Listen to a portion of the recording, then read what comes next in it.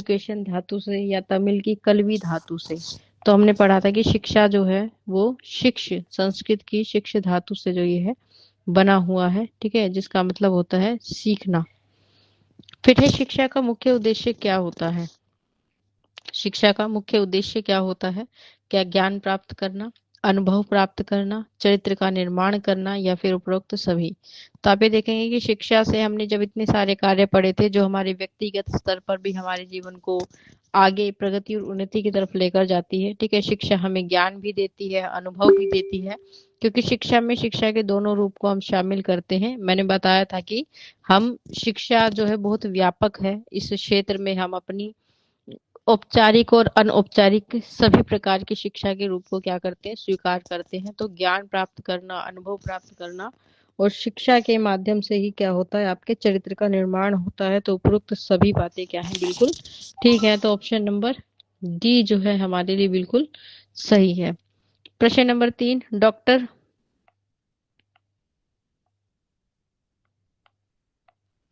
Doctor B D Bhatia के अनुसार शिक्षा किसके समान है? क्या नाविक के समान है, क्या शिक्षक के समान है, विद्यार्थी के समान है, या नेता के समान है? तो हमने पढ़ा था कि शिक्षा जो है वो कैसे है, एक नाविक के समान है, ठीक है, जिसमें अगर आपका कोई उद्देश्य नहीं होता तो आप हमेशा क्या है, किनारे पर ही भटकते रहते हैं। तो ये आपके लिए क्या है, एक नाव के समान है जो आपको आपके लक्ष्य तक पहुंचाने का कार्य करती है। क्वेश्चन नंबर 4, शिक्षा की प्रक्रिया कब से कब तक चलती है, मतलब कितने लंबे समय तक ये चलती है? तो शिक्षा बचपन से युवा अवस्था तक चलती है, युवा अवस्था से वृद्ध अवस्था तक चलती है, बचपन से जीवन पर्यंत चलती है, या वृद्ध अवस्था से मृत्यु तक चलती है, ठीक है। तो हम कहेंगे कि शिक्षा जो है वो हमारे जन्म से लेकर जीवन पर्यंत तक चलती है, ठीक है। और यहाँ पर बचपन से दे रखा है तो हम बचपन से इसको, जो ऑप्शन हमारे इसके आधार पर होगा, ठीक है, वैसे इसके लिए क्या होता अगर जीवन पर्यंत है, ठीक है, मतलब पूरे जीवन भर चलती रहती है, तो इसका मतलब यही है कि जब से आपने जन्म लिया है, जन्म से मृत्यु तक शिक्षा जो है वो चलती रहती है। शिक्षा चलती रहती है, ठीक है। तो हम कहेंगे बचपन से लेकर जीवन पर्यंत जो ऑप्शन हमारे पास है उसमें सबसे अच्छा ऑप्शन जो है ऑप्शन सी है। फिर है प्रश्न, शिक्षा से मनुष्य शिक्षा से मनुष्य के अनुभव में क्या होता है, ठीक है, कि शिक्षा के आधार पर मनुष्य के अनुभव पे किस प्रकार का प्रभाव आपको देखने को मिलता है। अनुभव में कमी आती है, ठीक है, या फिर अनुभव में वृद्धि होती है, अनुभव में कोई परिवर्तन नहीं होता, या अनुभव में उतार चढ़ाव आता है, ठीक है। तो हम कहेंगे कि अनुभव में क्या होती है, हमारी वृद्धि होती है। अनुभव में हमारे वृद्धि होती है कि जितनी ज्यादा आप चीजों को ग्रहण करते हैं, जितनी ज्यादा चीजें आप सीखते हैं, चाहे अपने वातावरण से सीख रहे हैं, चाहे शिक्षा के माध्यम से सीख रहे हैं, हर एक चीज से क्या मिलता है आपको, एक अनुभव प्राप्त होता है। नई नई चीजें सीखने से नए नए अवसर आपको प्राप्त होते हैं, नया ज्ञान आपका बढ़ता है। तो हम कहेंगे अनुभव में, सीखने में भी वृद्धि होती है और ज्ञान में भी वृद्धि होती है। प्रश्न नंबर 6, शिक्षा का शाब्दिक अर्थ क्या होता है? क्या आंतरिक शक्तियों का विकास करना, ठीक है, यानी शिक्षा जो शब्द है उस शब्द के आधार पर इसका क्या अर्थ निकलेगा, आंतरिक शक्तियों का विकास करना, बाहरी शक्तियों का विकास करना, ज्ञान प्राप्त करना, या अनुभव प्राप्त करना। तो हम कहेंगे शिक्षा जो शब्द है उसका जो अर्थ होगा वो होगा आंतरिक शक्तियों का विकास करना, क्योंकि हमने जब पढ़ा था तो मैंने आपको बताया था शिक्षा क्या करती है, मतलब एजुकेशन जो शब्द है वो एजुकेटम नाम की एक लैटिन भाषा के शब्द से बना हुआ है, जिसका मतलब होता है टू पुल आउट, बाहर निकालना चीजों को, और किस चीजों को आपके अंदर जो गुण है, जो आपके अंदर अच्छी बातें, आपके अंदर जो रुचियां विद्यमान है उनको पहचान कर उनको बाहर निकालने की, आपके कौशल को विकसित करने की बात यहाँ पर की गई है। क्वेश्चन नंबर 7 में बात करेंगे कि विद्यालय में क्या दिया जाता है, शिक्षा, ज्ञान, अनुभव, या उपरोक्त सभी। तो हम कहेंगे कि विद्यालय में हमें क्या दी जाती है, केवल शिक्षा, क्योंकि वो शिक्षा हमारी किताबों से, पाठ्यक्रम से, या फिर आपके जीवन में जो पर्टिकुलर आपने लक्ष्य बना लिया है उससे संबंधित ज्ञान लेते हैं, ठीक है। जैसे आपने निर्धारित कर लिया कि आप आगे जाके डॉक्टर बनना चाहते हैं या अध्यापक बनना चाहते हैं, ठीक है, तो उसके लिए उस स्पेसिफिक फील्ड की आप क्या लेते हैं, एजुकेशन लेते हैं, और जो किस प्रकार का एक ज्ञान है, जो एक किताबी ज्ञान आप कह सकते हैं, या फिर केवल क्या है, शिक्षा है जो आपको उस क्षेत्र में विशेष बनाती है। ठीक है, क्षेत्र की विशेष जानकारी जो है ये आपको प्रदान करती है। तो इसको हम कहते हैं कि ये क्या है, आपके लिए शिक्षा जो है वो विद्यालय में दी जाती है। फिर क्या शिक्षा के द्वारा क्या विकास होता है? शारीरिक विकास होता है, मानसिक विकास होता है, चरित्र का निर्माण होता है, या उपरोक्त सभी? तो जब हम शिक्षा की बात करते हैं तो शिक्षा किसको लेकर चलती है? मनुष्य के सर्वांगीण विकास को। और आपके सर्वांगीण विकास में क्या आती हैं? सभी चीजें आ जाती हैं। ठीक है, ये सारी बातें क्या करती हैं? आपके सर्वांगीण विकास की ओर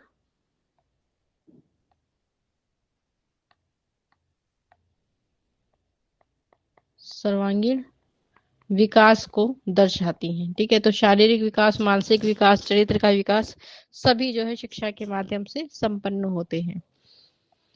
नेक्स्ट क्वेश्चन, शिक्षा का जो तात्पर्य है वो क्या है? मतलब शिक्षा से आप क्या समझते हैं? जीवन भर चलने वाली प्रक्रिया है, ज्ञान प्राप्त करना है, या अनुभव प्राप्त करना है, या उपरोक्त सभी? तो हम कहेंगे कि शिक्षा क्या है? शिक्षा एक ऐसी प्रक्रिया है जो जीवन भर चलती है, यानी जीवन भर आपको कुछ ना कुछ चीज सिखाती रहती है। तो आप कहेंगे कि शिक्षा से क्या तात्पर्य है? ये ऐसी प्रक्रिया, एक ऐसा प्रोसेस जो हमारे जीवन भर चलता ही रहता है।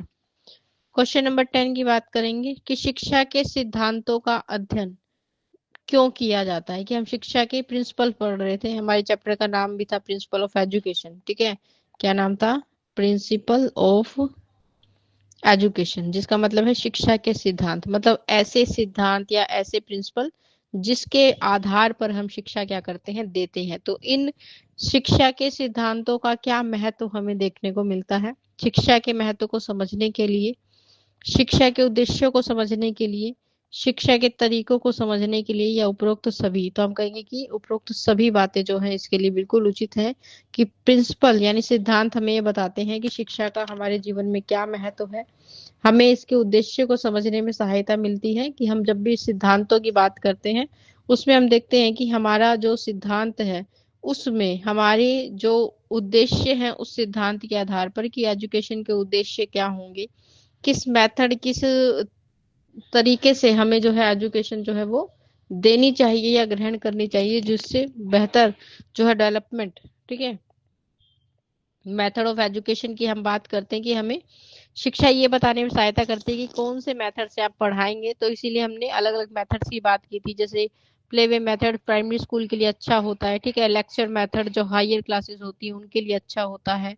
इस प्रकार से अलग अलग मेथड जो हमने पढ़े थे वो हमें ये बताते हैं कि हमारे जो उद्देश्य है उस आधार पर हमें किस प्रकार की विधि का चयन करना चाहिए। और ये हमें शिक्षा के महत्व के बारे में बताते हैं कि शिक्षा जीवन के लिए क्यों आवश्यक है। ठीक है, तो इम्पोर्टेंस ऑफ एजुकेशन के बारे में भी हमें ये अवगत कराती है। तो हम कहेंगे कि जितने भी सिद्धांत हैं वो इसलिए जरूरी है क्योंकि वो हमें इन सभी चीजों के बारे में क्या कहते हैं, जानकारी देते हैं।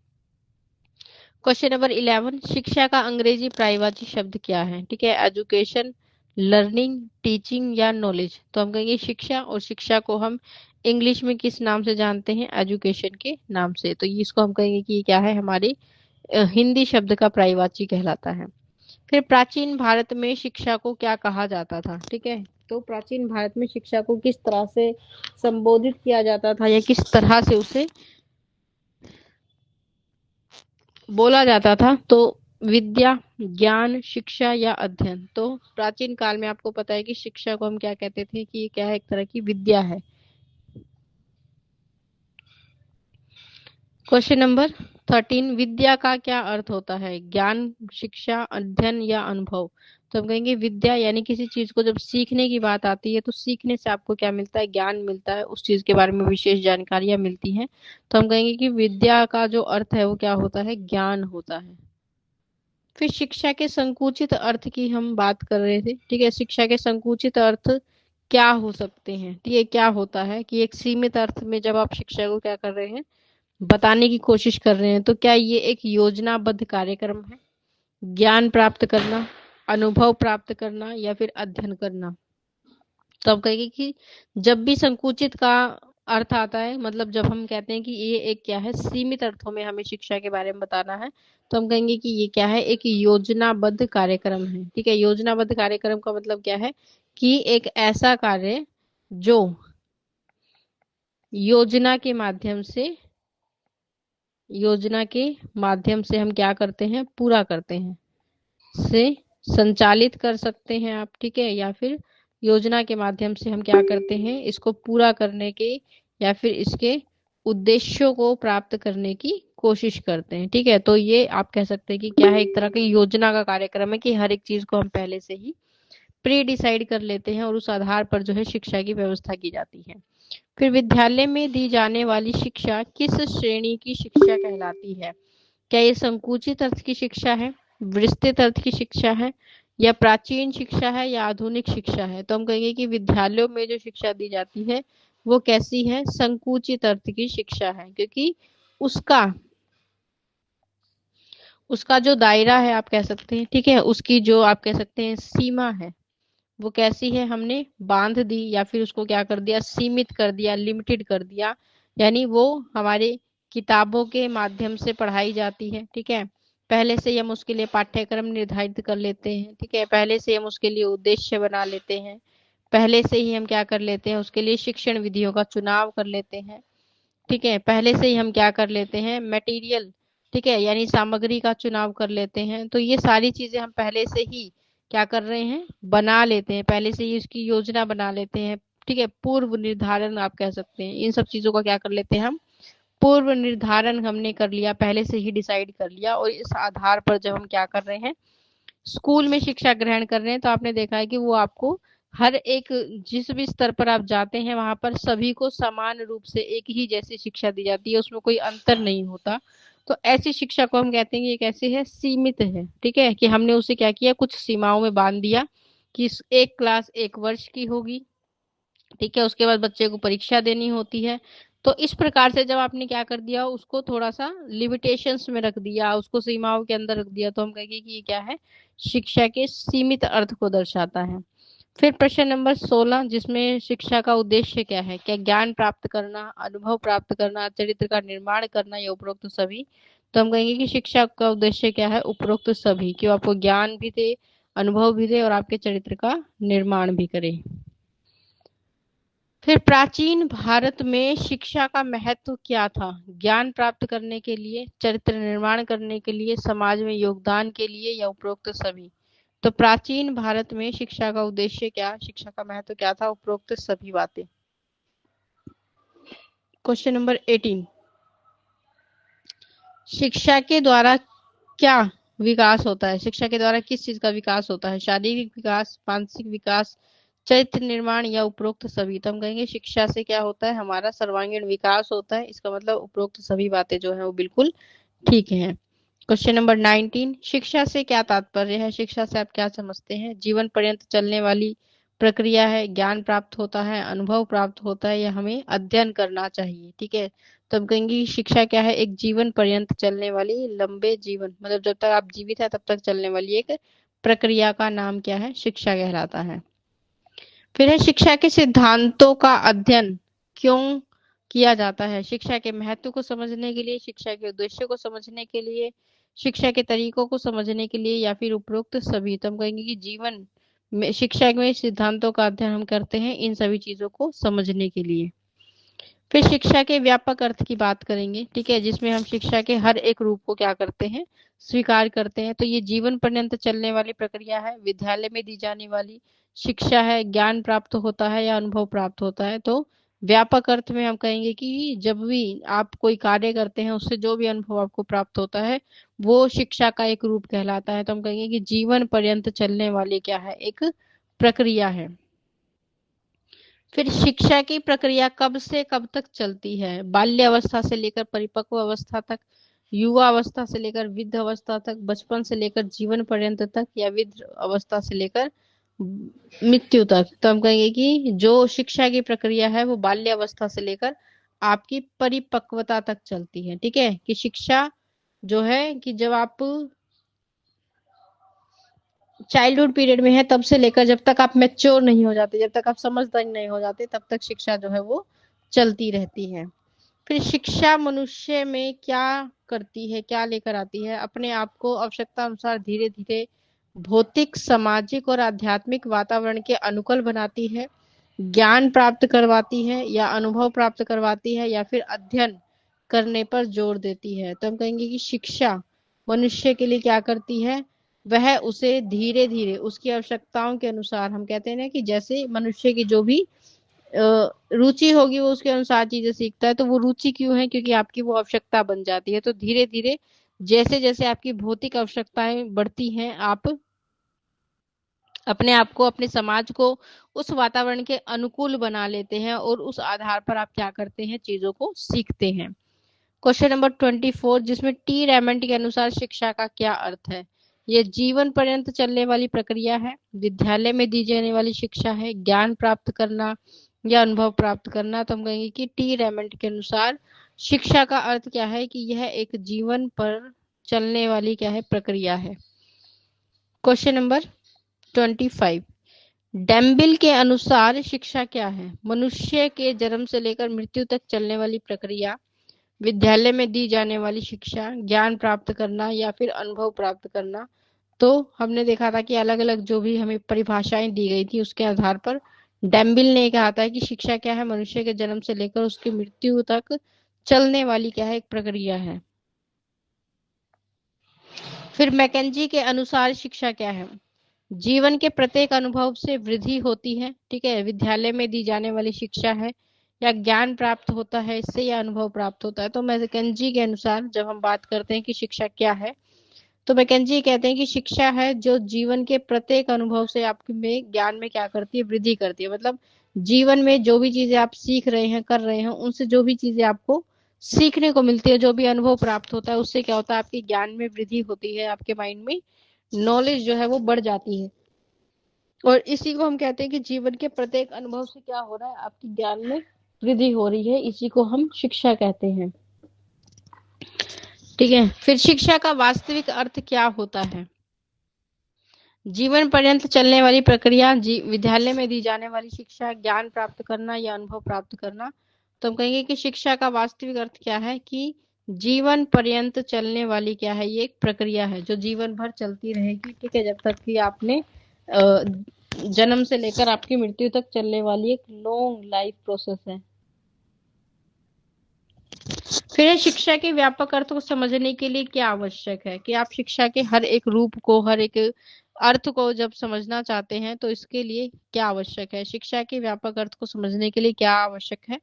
उसके सभी प्रकारों और अर्थों को हमें क्या करना पड़ेगा, इसमें सम्मिलित करना पड़ेगा। मतलब शिक्षा के जितने भी रूप हैं उन सभी चीजों को हमें क्या करना पड़ेगा, इसमें सम्मिलित करना पड़ेगा।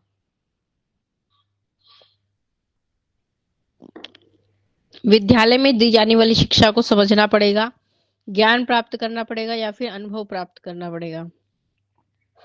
तो जब हम बात करते हैं कि शिक्षा के व्यापक अर्थ, तो हमें उसके सभी रूपों को सम्मिलित करना पड़ता है, उसको हम शिक्षा कहते हैं। तो जैसे जो लोग स्कूल में नहीं भी पढ़ रहे हैं या उन्होंने कभी एजुकेशन नहीं ली है, तो जो भी चीज उन्होंने अपनी आजीविका के लिए सीखी है, जो भी कार्य वो करते हैं, जो भी अनुभव उनके पास है अपनी आसपास की चीजों का, वातावरण का, किसी चीज को सीखने का, वो शिक्षा के ही रूप को दर्शाता है। तो हम कहेंगे शिक्षा के सही अर्थ को समझने के लिए हम शिक्षा में जितनी भी सारी चीजें आती हैं आपके पास, उन सबको एक ही चीज में जो है सम्मिलित कर लेते हैं और वो हमारी शिक्षा को दर्शाते हैं। ठीक है, तो चाहे आपने कोई काम सीखा है, चाहे आप कुछ अलग अपनी आजीविका के लिए कार्य करते हैं, या कुछ भी जो भी आपने आपके अनुभव है, चाहे आप काम नहीं भी करते, जो भी गतिविधियां आप अपने घर में कर रहे हैं, जो भी कार्य आप करते हैं, वो क्या है, शिक्षा का ही रूप कहलाते हैं। फिर प्रश्न नंबर 29, जिसमें हमें कहते हैं शिक्षा का क्या उद्देश्य है? क्या ज्ञान प्राप्त करना, अनुभव प्राप्त करना, चरित्र का निर्माण या फिर उपरोक्त सभी? तो शिक्षा के उद्देश्य में क्या आता है, ये सभी बातें जो है वो शामिल हैं। तो हम कहेंगे उपरोक्त सभी जो है वो शिक्षा को दर्शाते हैं। फिर शिक्षा के सिद्धांतों का अध्ययन हमें क्यों करना चाहिए? शिक्षा के महत्व को समझने के लिए, शिक्षा के उद्देश्य को समझने के लिए, शिक्षा के तरीकों को समझने के लिए, या फिर उपरोक्त सभी? तो हम कहेंगे उपरोक्त सभी बातें जो है बिल्कुल ठीक है। क्वेश्चन नंबर 31, जिसमें हम पढ़ रहे हैं बौद्ध दर्शन के अनुसार शिक्षा क्या है? हमने पढ़ा था बौद्ध धर्म के अनुसार और जैन धर्म के अनुसार भी शिक्षा के महत्व हमें बताए गए थे। तो वह जो निवारण दिलाए, ठीक है, वह जो मोक्ष को प्राप्ति करवाए, वह जो ज्ञान दिलाए, या फिर वह जो अनुभव दिलाए? तो बौद्ध धर्म के अनुसार शिक्षा क्या है कि जो हमें निवारण दिलाए, ठीक है, मतलब अंत में आकर क्या करे, आपको भगवान से मिलाने की बात होती है इसमें, ठीक है, कि आपको मोक्ष की प्राप्ति दे, उसी को हम शिक्षा कहते हैं। फिर है जैन धर्म के अनुसार शिक्षा किसे कहा जाता है कि वह निवारण आपको दिलाए, निर्वाण दिलाए, ठीक है, मोक्ष की प्राप्ति करवाए, वह ज्ञान को दिलाए या फिर वह अनुभव दिलाए। तो जैन धर्म के अनुसार शिक्षा क्या है, जो आपको क्या दे, अंत में आकर मोक्ष की प्राप्ति करवाए, मोक्ष की तरफ ले जाने का मार्ग दिखाए, उसी को हम शिक्षा कहते हैं। फिर हमने एक परिभाषा देखी थी जो हमें गांधी जी के विचारों के बारे में बता रही थी। तो महात्मा गांधी के अनुसार शिक्षा किसे कहते हैं, बालक एवं मनुष्य के शरीर, मन और आत्मा में निहित सर्वोत्तम शक्तियों के उद्घाटन से है। वह ज्ञान, शिक्षा वह है जो ज्ञान दिलाए, या शिक्षा वह है जो अनुभव दिलाए, या फिर शिक्षा वह है जो मोक्ष की प्राप्ति करवाए। तो महात्मा गांधी ये कहते हैं कि शिक्षा क्या है, शिक्षा किसी भी बालक एवं मनुष्य के शरीर, मन और आत्मा में निहित, मतलब उनके अंदर जो भी शक्तियां विद्यमान है, उन शक्तियों का क्या करे, उद्घाटन करे, यानी उन शक्तियों का क्या करे, विकास करने से उसकी बात ये कर रहे हैं कि अंतर्निहित शक्तियों का क्या करे, विकास करे, चाहे वो शारीरिक आधार पर हो, चाहे वो मानसिक आधार पर हो, ठीक है। तो उनके अंदर जितनी भी चीजें विद्यमान हैं आपके अंदर, ठीक है, शारीरिक और मानसिक रूप से आपके कौशल, आपकी रुचि के आधार पर आपको क्या करे, पूर्ण रूप से जो विकसित करे, शिक्षा उसी को कहा जाता है, ठीक है। तो पूर्ण रूप से विकास की बात यहाँ पर महात्मा गांधी जी ने बताई है। फिर हमने क्वेश्चन नंबर 34, जिसमें अरविंदो के अनुसार एक परिभाषा हमने पढ़ी थी। अरविंदो के अनुसार शिक्षा क्या है, व्यक्ति की आंतरिक शक्तियों का विकास करना, वह जो ज्ञान दिलाए, वह जो अनुभव दिलाए, या फिर शिक्षा वह है जो हमें मोक्ष की प्राप्ति करवाए। तो अरविंदो जी ये कहते हैं कि शिक्षा जो है वो क्या करेगी, हमारी आंतरिक शक्तियों का विकास कर देगी, मतलब आपके अंदर जितनी भी क्वालिटीज या गुण जो पहले से ही विद्यमान है, शिक्षा उनको पहचानती है, शिक्षा आपको अवसर देती है कि आप उन्हें पहले पहचानिए और फिर क्या करें, उसको विकसित करने के लिए जो भी प्रयास आपसे किए जा सकते हैं वो प्रयास हमें करने चाहिए। फिर है स्वामी विवेकानंद के अनुसार शिक्षा क्या है, मनुष्य में निहित परिपूर्णता का उद्घाटन करना ही शिक्षा है। शिक्षा वह है जो ज्ञान दिलाती है, शिक्षा वह है जो अनुभव दिलाती है, या फिर शिक्षा वह है जो हमें मोक्ष की प्राप्ति करवाती है। तो हम इसमें देखते हैं कि शिक्षा स्वामी विवेकानंद के अनुसार कि जो आपके अंदर निहित, यानी आपके अंदर जो भी गुण विद्यमान है उनका पूरी तरह से क्या करती है, उद्घाटन करती है, उनका पूरी तरह से विकास करती है। स्वामी विवेकानंद के अनुसार इसी चीज को क्या कहते हैं, हम शिक्षा कहते हैं। फिर ये शिक्षा का क्या उद्देश्य होता है, ज्ञान प्राप्त करना, अनुभव प्राप्त करना, चरित्र का निर्माण, या फिर उपरोक्त सभी। तो हम कहेंगे कि उपरोक्त सभी बातें जो है वो शिक्षा को दर्शाती हैं।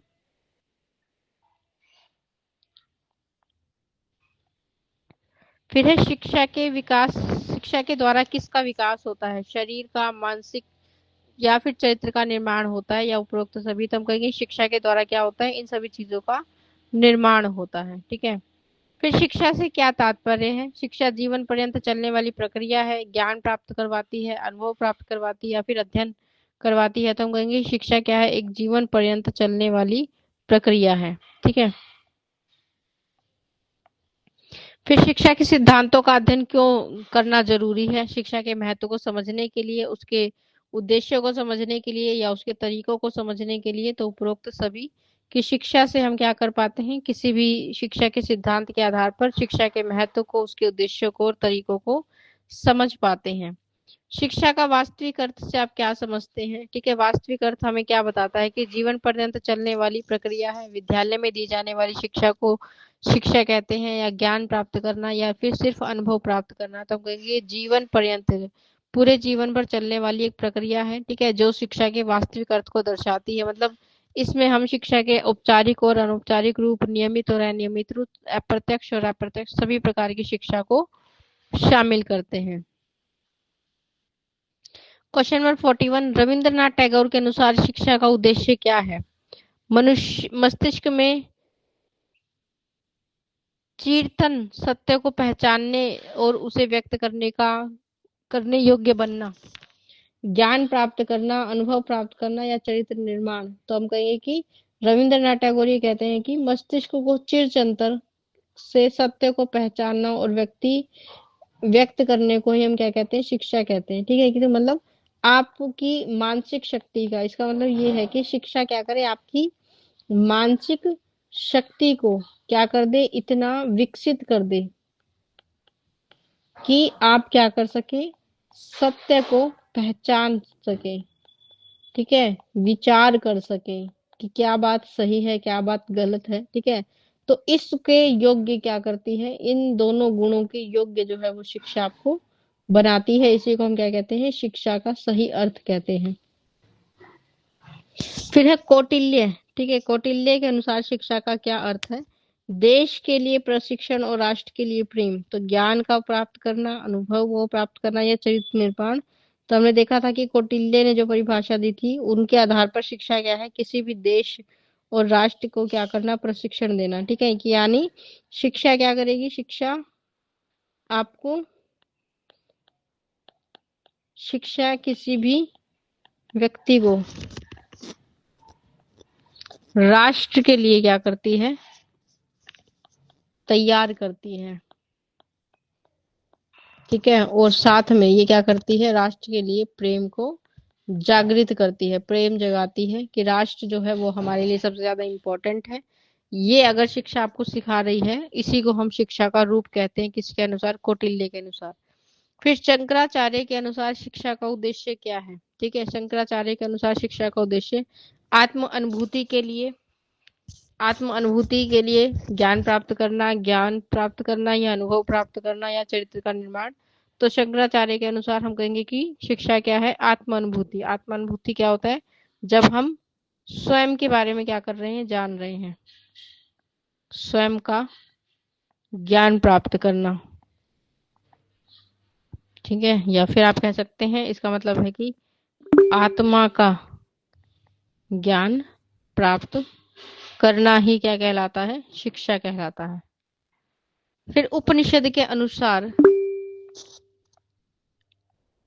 शिक्षा का प्रमुख साध्य क्या है, मुक्ति प्राप्त करना, ज्ञान प्राप्त करना, अनुभव प्राप्त करना या फिर चरित्र का निर्माण करना। तो उपनिषद के अनुसार शिक्षा का जो अर्थ है या शिक्षा का प्रमुख साध्य है, साध्य मतलब कि तरीका, वो है मुक्ति है। कि शिक्षा से हमें क्या मिलती है, शिक्षा आपको मुक्ति की तरफ लेकर जाती है। अंत में वो आपको इस चीज का ज्ञान कराती है कि आपको ईश्वर में लीन होना है, बाकी सारी चीजें व्यर्थ हैं आपके लिए। तो इसको हम मुक्ति प्राप्त करना कहते हैं।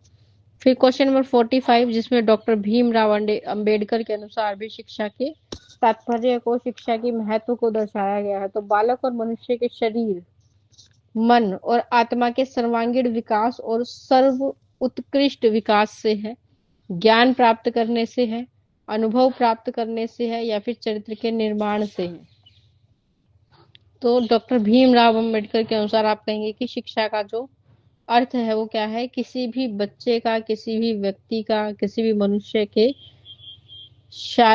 शरीर, मन और आत्मा के सर्वांगीण विकास से है। कि आपके हर एक विकास को क्या किया जाएगा, फोकस किया जाएगा, शारीरिक रूप से, मानसिक रूप से, आपके चरित्र, आत्मा और आपकी हर एक चीज को पूर्ण रूप से विकसित करने का जब हम प्रयास करने की बात करते हैं, तो इसे हम शिक्षा का अर्थ कहते हैं। क्वेश्चन नंबर 46, जिसमें डॉक्टर लवी गौतम के अनुसार शिक्षा के अर्थ के बारे में बताया गया है, व्यक्ति की सभी भीतरी शक्तियों का क्या करना, विकास करना, ज्ञान प्राप्त करना, अनुभव प्राप्त करना या फिर चरित्र का निर्माण।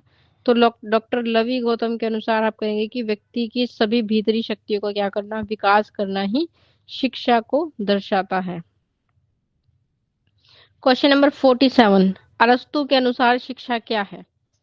तो स्वस्थ शरीर, मस्तिष्क का निर्माण, ज्ञान प्राप्त करना, अनुभव प्राप्त करना या चरित्र का निर्माण करना।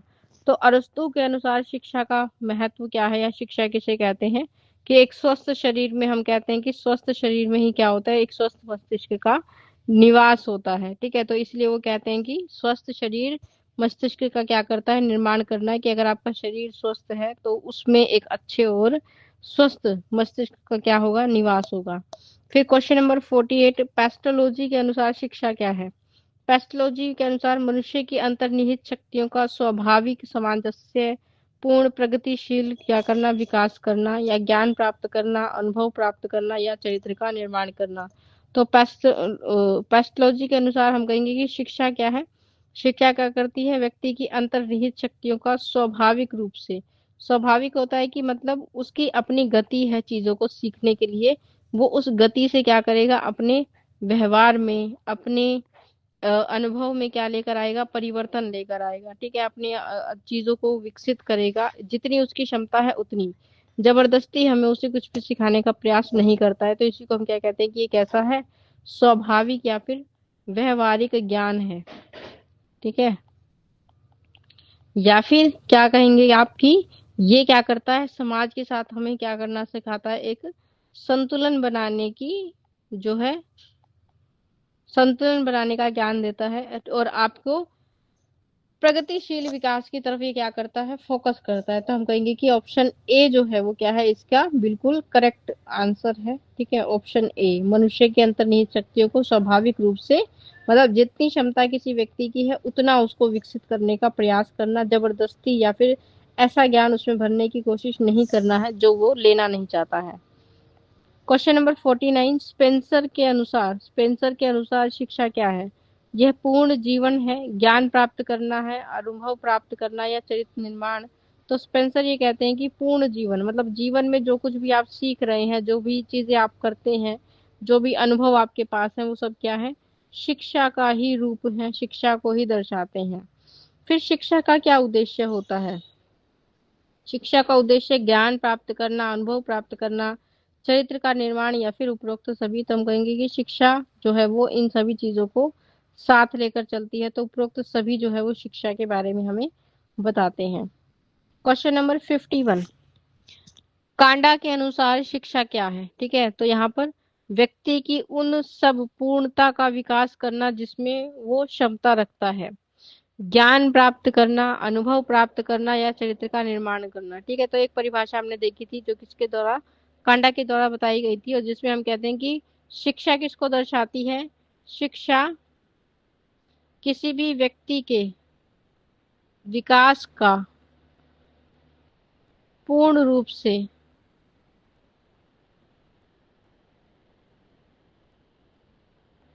क्षमता के अनुसार अनुभव देना। ठीक है, उसे हम क्या कहते हैं, शिक्षा कहते हैं। मतलब जितनी किसी व्यक्ति के अंदर क्षमता है, केवल वो उतना ही क्या करेगा, उसका विकास करेगी। इसी को हम क्या कहते हैं कि शिक्षा का अर्थ कहेंगे। फिर फ्रोवेल के अनुसार शिक्षा किसे कहते हैं, एक ऐसी प्रक्रिया जो बालक के अंदर आंतरिक गुणों का विकास करती है, ज्ञान प्राप्त करना, अनुभव प्राप्त करना या फिर चरित्र का निर्माण करना। तो फ्रोवेल के अनुसार हम कहेंगे कि शिक्षा क्या है, एक ऐसी प्रक्रिया है जो बच्चे के अंदर उसके आंतरिक गुणों का और विकास को क्या करती है, विकसित करती है।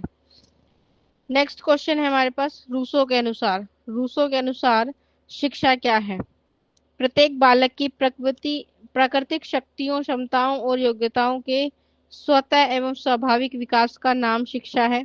ज्ञान प्राप्त करना, अनुभव प्राप्त करना या चरित्र निर्माण। तो रूसो के अनुसार जब हम शिक्षा की बात करते हैं तो वो कहते हैं कि शिक्षा क्या करेगी, प्रत्येक बालक की प्राकृतिक शक्तियों का, क्षमताओं का, योग्यताओं का स्वतः मतलब अपने आप क्या करेगी, विकास करेगी। स्वाभाविक विकास का नाम जो है हम किसको देते हैं, शिक्षा को देते हैं। ठीक है, कि शिक्षा क्या करती है, प्रत्येक बालक की शक्तियों को स्वयं विकसित करने की बात कर रहे हैं। ठीक है, कि स्वयं विकसित की करेगी, उसे हम क्या कहते हैं, शिक्षा कहते हैं। ठीक है, कि किसी प्रकार की जोर जबरदस्ती या फिर ज्ञान को ठूसने का हम काम नहीं करेंगे। ठीक है, रटने पर ध्यान नहीं देंगे, बच्चे को सिखाने पर ध्यान देंगे। इसी को हम क्या कहते हैं कि बच्चा अपने आप अपनी शक्तियों से सीखने का प्रयास कर रहा है। फिर है जॉन डीवी के अनुसार शिक्षा क्या है, अनुभव के सतत पुनर्निर्माण के द्वारा जीवन की प्रक्रिया, ज्ञान प्राप्त करना, अनुभव प्राप्त करना या चरित्र निर्माण। ठीक है, तो जॉन डीवी के अनुसार क्या है, शिक्षा अनुभवों के सतत पूर्ण निर्माण के द्वारा जीवन की प्रक्रिया है। ठीक है, कि अभी तक मतलब पूरे जीवन में आप कह सकते हैं कि जब आप जन्म लेते हैं, जन्म से लेकर पूरे जीवन के जितने भी आपके क्या है अनुभव हैं, ठीक है, उन अनुभवों के माध्यम से आप क्या करते हैं, अपने ज्ञान में नए ज्ञान को क्या करते हैं, जोड़ते हैं। जो कुछ आपने सीखा है वो नया ज्ञान है, उसको क्या कर लेते हैं, जोड़ लेते हैं, और अपने मस्तिष्क को उसको क्या कर लेते हैं, स्टोर कर लेते हैं, या फिर नए ज्ञान का निर्माण कर लेते हैं कि कोई नई चीज जैसे आपने देखा है वो आपके लिए आवश्यक है, आप उसे सीख रहे हैं, तो नया ज्ञान भी क्या कर रहे हैं आप अपने जीवन में लेकर आ रहे हैं। तो अनुभवों के द्वारा लगातार अपने आप को दोबारा से नए ज्ञान को प्राप्त करने के लिए तैयार करने की प्रक्रिया को ही हम क्या कहते हैं, शिक्षा कहते हैं।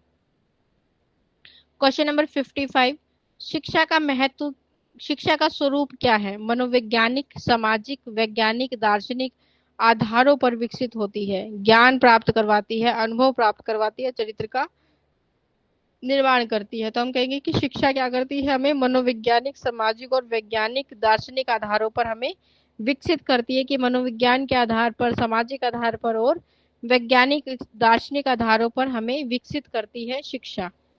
फिर शिक्षा का उद्देश्य क्या है? समाज की उन्नति और विकास के लिए कार्य करना, ज्ञान प्राप्त करना, अनुभव प्राप्त करना या चरित्र का निर्माण करना। तो शिक्षा क्या करती है? शिक्षा का उद्देश्य है कि वो समाज की उन्नति और विकास के लिए क्या करे, कार्य करे। यही शिक्षा का क्या है, उद्देश्य होता है, कि वो लगातार क्या करेगी, समाज की उन्नति के लिए कार्य करेगी, लगातार क्या करेगी कि आपके विकास के लिए कार्य करेगी। फिर क्वेश्चन नंबर 57, युगीन दार्शनिक परंपराएं क्या प्रभाव डालती हैं? मतलब युगों से चली आ रही, युगीन का मतलब होता है कि युगों से चली आ रही परंपराएं शिक्षा पर अपना क्या प्रभाव डालती हैं?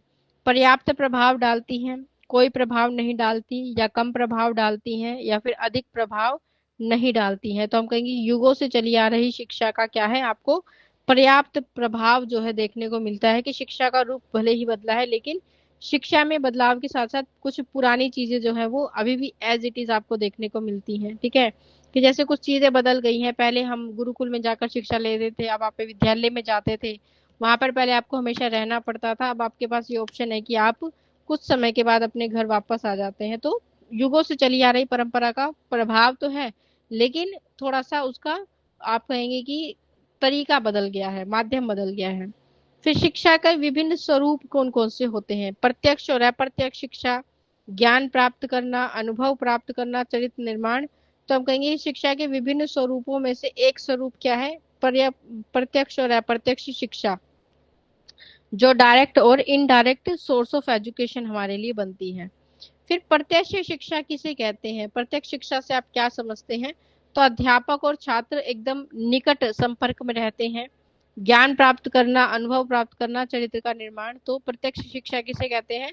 प्रत्यक्ष शिक्षा जिसमें अध्यापक और छात्र एक दूसरे के संपर्क में लगातार बने रहते हैं, आप डायरेक्टली कोई भी प्रश्न अपने अध्यापक से पूछ सकते हैं, तुरंत आपको उसका जो है आंसर प्राप्त हो जाता है। फिर क्वेश्चन नंबर 60, शिक्षा का क्या महत्व है? समाज की उन्नति और विकास के लिए कार्य करना, ज्ञान को प्राप्त करना, अनुभव प्राप्त करना या चरित्र निर्माण। तो शिक्षा का महत्व क्या होता है? शिक्षा का महत्व समाज की उन्नति और उसके विकास के लिए होता है, कि लगातार शिक्षा में बदलाव आ रहा है, तो वो बदलाव आपके समाज के बदलाव को भी बेहतर बनाएगा, आपके समाज की उन्नति की ओर जो है आपके मार्ग जो है प्रशस्त करेगा। क्वेश्चन नंबर 61, प्रत्यक्ष शिक्षा का प्रबंध कहाँ किया जाता है? विद्यालयों में, घरों पर, समाज में, या सभी जगह पर? जब हम प्रत्यक्ष शिक्षा की बात करते हैं, जिसे हम कहते हैं डायरेक्ट एजुकेशन, तो आपको कहाँ देखने को मिलती है? विद्यालयों में, ठीक है। विद्यालयों में, स्कूल में, कॉलेज में, ऐसी शिक्षा का जो रूप होता है वो प्रत्यक्ष डायरेक्ट रूप से आप क्या कर रहे हैं, विद्यालय के संपर्क में है, ठीक है, और उसका सीधा प्रभाव आपको अपने ऊपर देखने को मिलता है। फिर है प्रश्न नंबर 62, अप्रत्यक्ष शिक्षा कहाँ प्राप्त की जाती है? केवल विद्यालयों में, विद्यालय के बाहर, घर पर, या केवल धार्मिक संस्थानों में? तो हम कहेंगे कि अप्रत्यक्ष यानी इनडायरेक्ट एजुकेशन की बात है, ये विद्यालय के बाहर भी आपको प्राप्त हो सकती है, ठीक है, और विद्यालय के अंदर भी आपको प्राप्त हो सकती है। लेकिन यहाँ पर जो हमारे पास ऑप्शन है, उन ऑप्शन के आधार पर हम कहेंगे ऑप्शन बी जो है वो बिल्कुल उपयुक्त है, ठीक है। तो विद्यालय के बाहर हमें प्राप्त होती है। क्वेश्चन नंबर 63, नियमित शिक्षा को क्या कहते हैं? औपचारिक शिक्षा, अनौपचारिक शिक्षा, अप्रत्यक्ष शिक्षा या प्रत्यक्ष शिक्षा? तो नियमित शिक्षा किसका ही एक रूप है? औपचारिक शिक्षा का ही एक रूप है, ठीक है, जिसमें आप लगातार जो है किसके अपने अध्यापक के कांटेक्ट में बने रहते हैं, वहां पर पहले से ही चीजों का क्या कर दिया है, निर्धारण आपके लिए कर दिया गया है, हर एक चीज फिक्स है, पाठ्यक्रम पहले से ही निर्धारित है, तो उसे हम नियमित शिक्षा का एक रूप कहते हैं। नियमित शिक्षा की क्या विशेषता आपको देखने को मिलती है?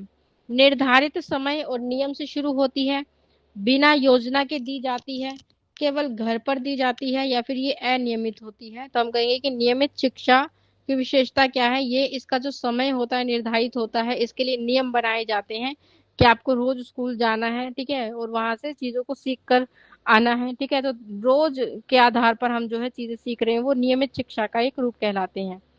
फिर अप्रत्यक्ष शिक्षा में क्या अधिक होता है? व्यवहारिता, सिद्धांत, पुस्तकीय ज्ञान या परीक्षा का दबाव? तो अप्रत्यक्ष शिक्षा में सबसे अधिक क्या होता है?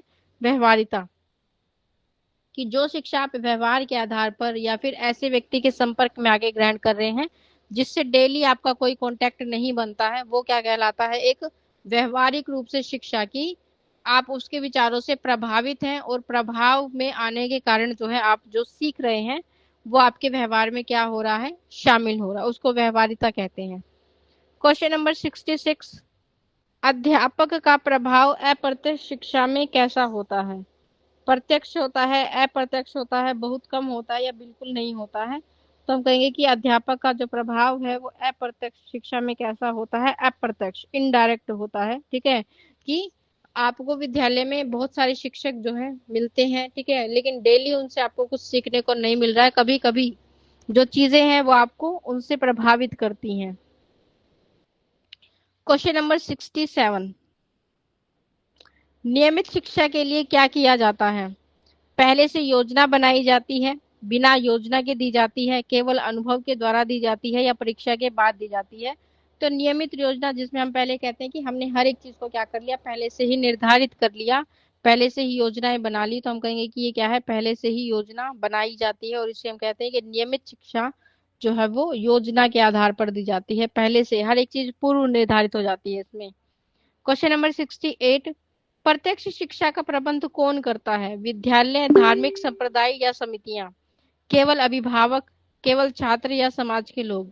तो हम कहेंगे नियमित शिक्षा की जो व्यवस्था है वो विद्यालय यानी स्कूल करता है, आपका धार्मिक संप्रदाय करता है, या फिर आपकी समितियां करती हैं, मतलब आपकी कमेटीज करती हैं, ठीक है। तो ये सब क्या करते हैं, इनके द्वारा अगर कोई विद्यालय खोला जा रहा है या फिर कोई शिक्षा का संस्थान खोला जा रहा है, तो ये क्या कहलाते हैं? हमारी नियमित शिक्षा के जो है रूप कहलाएंगे, और इनके आधार पर जो शिक्षा हमें मिल रही है वो कैसी होती है? नियमित शिक्षा या प्रत्यक्ष शिक्षा का एक रूप होती है। क्वेश्चन नंबर 69, अनियमित शिक्षा की तुलना में नियमित शिक्षा कैसी होती है? तो हम कहेंगे कि अनियमित शिक्षा की तुलना में नियमित शिक्षा कैसी? अधिक संरचित होती है, कम संरचित होती है, समान होती है, या अप्रासंगिक होती है? तो ये कैसी होती है? अधिक संरचित होती है, ठीक है। अधिक अच्छी, अधिक आप कह सकते हैं कि अधिक ऐसी होती है जिसमें आप नियमित शिक्षा में हर एक चीज फिक्स है कि आपको ये चीजें सिखाई जाएंगी, लेकिन अनियमित शिक्षा में कुछ भी फिक्स नहीं होता, ठीक है। तो ये क्वेश्चन रिपीट है, हमने अभी अभी पढ़ा था, ठीक है। और अधिक क्या होती है ये? अधिक रूप से संरचित होती है।